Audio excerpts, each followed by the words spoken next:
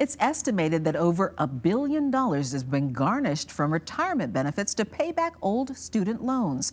Local money expert J.B. Bryan is back with us this morning to talk about education debt. It can potentially shrink your Social Security income. Hi, J.B.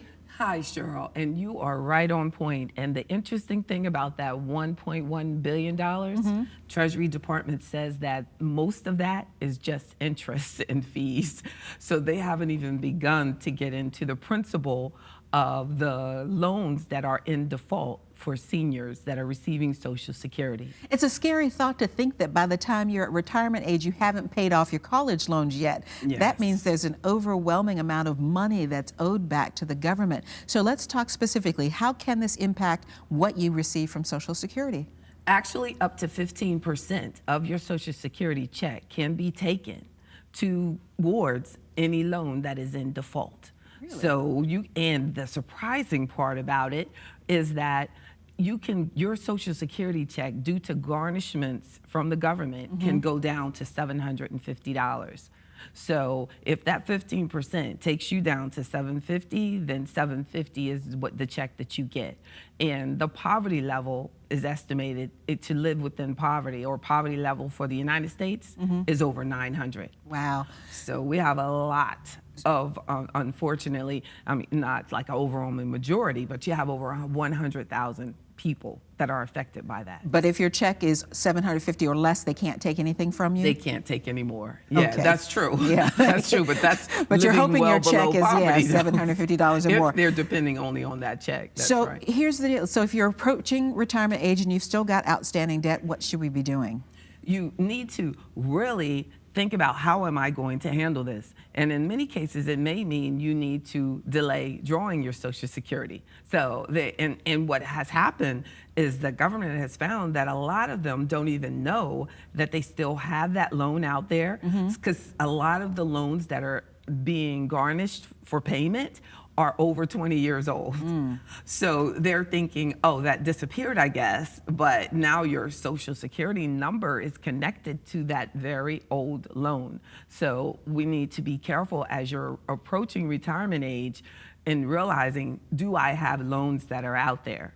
So how do you check? And investigating that. How do you check? And it's a federal loan, so it's most likely on your credit report. So it is showing that it's in default. But so check your credit would be a definite first start.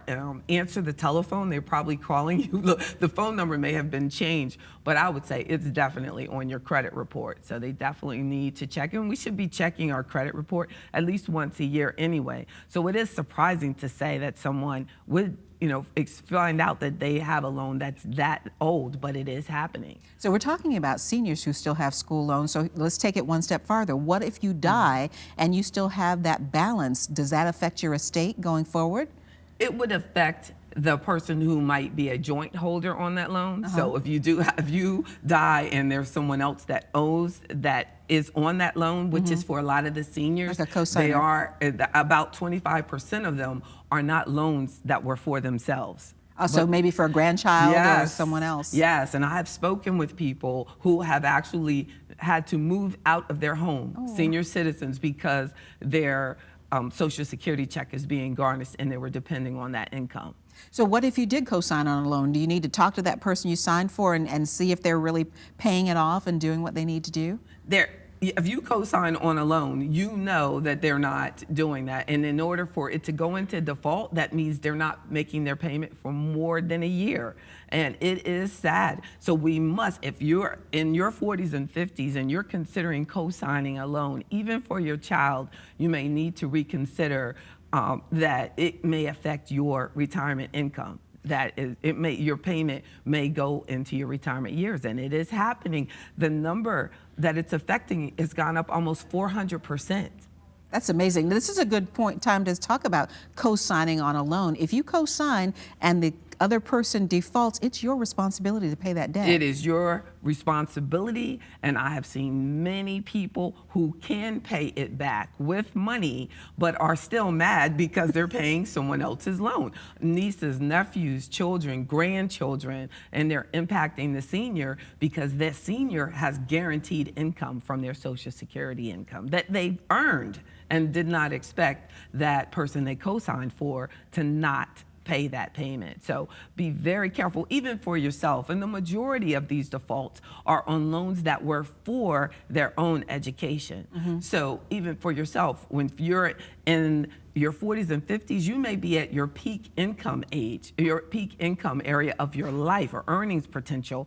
So when you're getting that loan, realize that your income may be going down from here in many cases, so that it might be difficult for you to pay it back. So find other ways. A government guaranteed loan you cannot get rid of even through bankruptcy. Yeah, ignorance doesn't take it away, or ignoring it doesn't take it away. No, it doesn't. It is not a gift. So take it very seriously when you sign that dotted line for a school loan. And the most disappointing thing is when people get a school loan, it's taken from their Social Security and they never finish the degree.